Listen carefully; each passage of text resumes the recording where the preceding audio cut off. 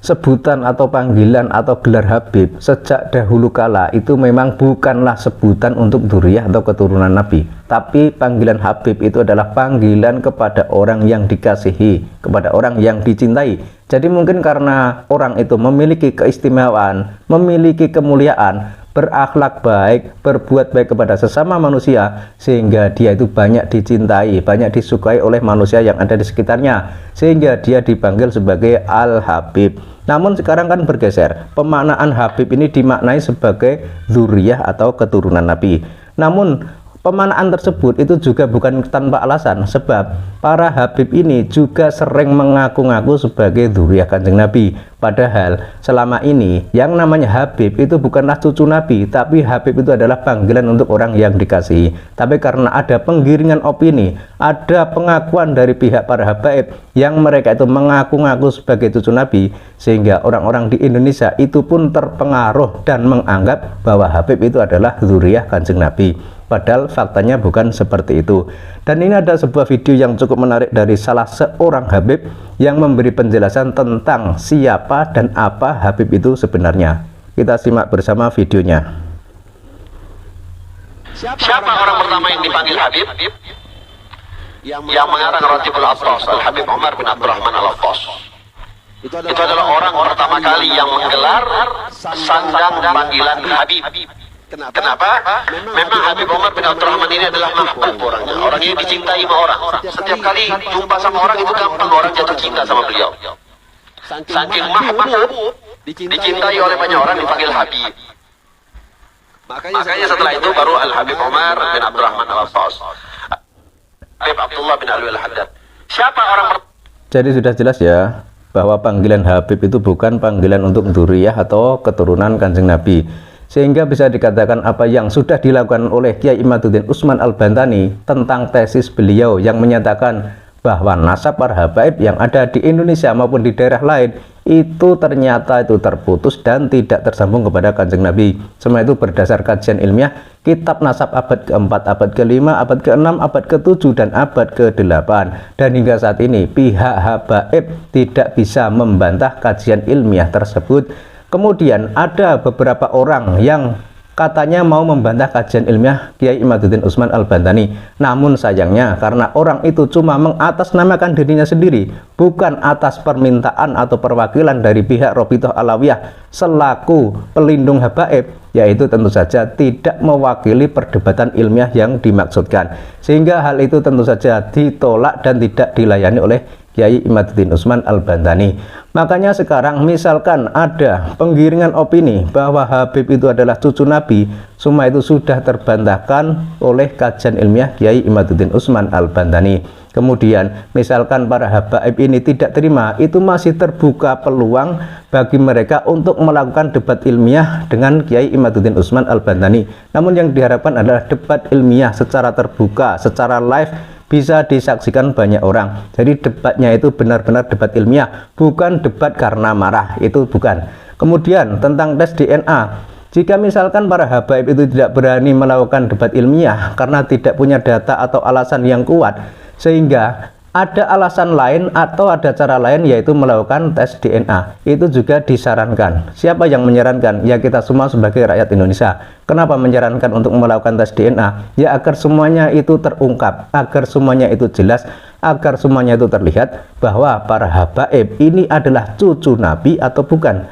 Kalau misalkan para wali songo, itu kan sebagaimana kita ketahui bahwa data tentang Wali Songo itu sudah valid, sudah fix bahwa mereka itu adalah dzurriyyah Kanjeng Nabi.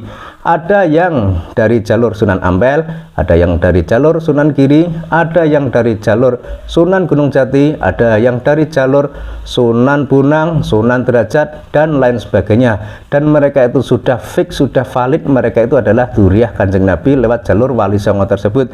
Kemudian jika para habaib ini kan hingga saat ini belum terbukti, melalui debat ilmiah tidak ada, kemudian melalui tes DNA juga tidak ada konfirmasi yang jelas.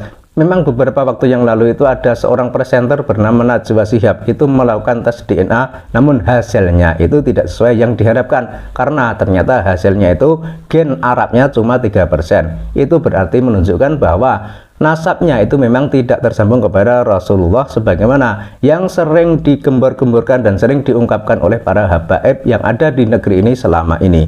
Kemudian tentang para wali songo ini, mereka itu kan datangnya ke Nusantara itu jauh lama, jauh lebih dulu daripada para habaib dari Yaman ini.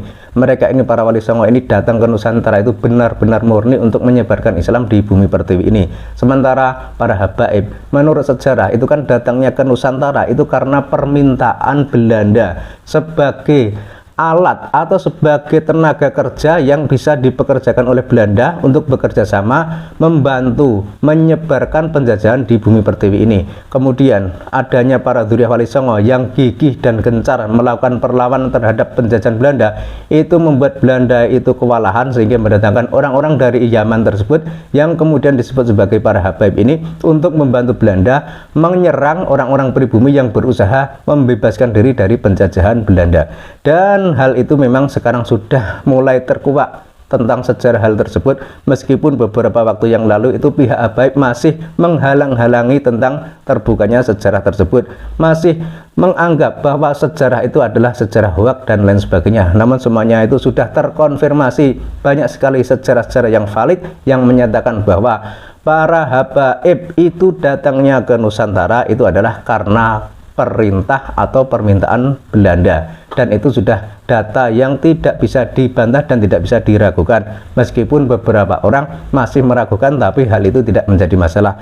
Dan intinya kembali ke soal Habib, itu sejak awal, sejak dulu sebutan atau panggilan Habib itu memang bukan panggilan untuk dzurriyyah Nabi. Tapi kenapa kok di Indonesia ini bergeser Habib dianggap sebagai dzurriyyah Nabi? Itu kan agak aneh juga ya. Tapi ya sekali lagi itu karena penggiringan opini yang dilakukan oleh oknum dari mereka, yakni para Habib itu.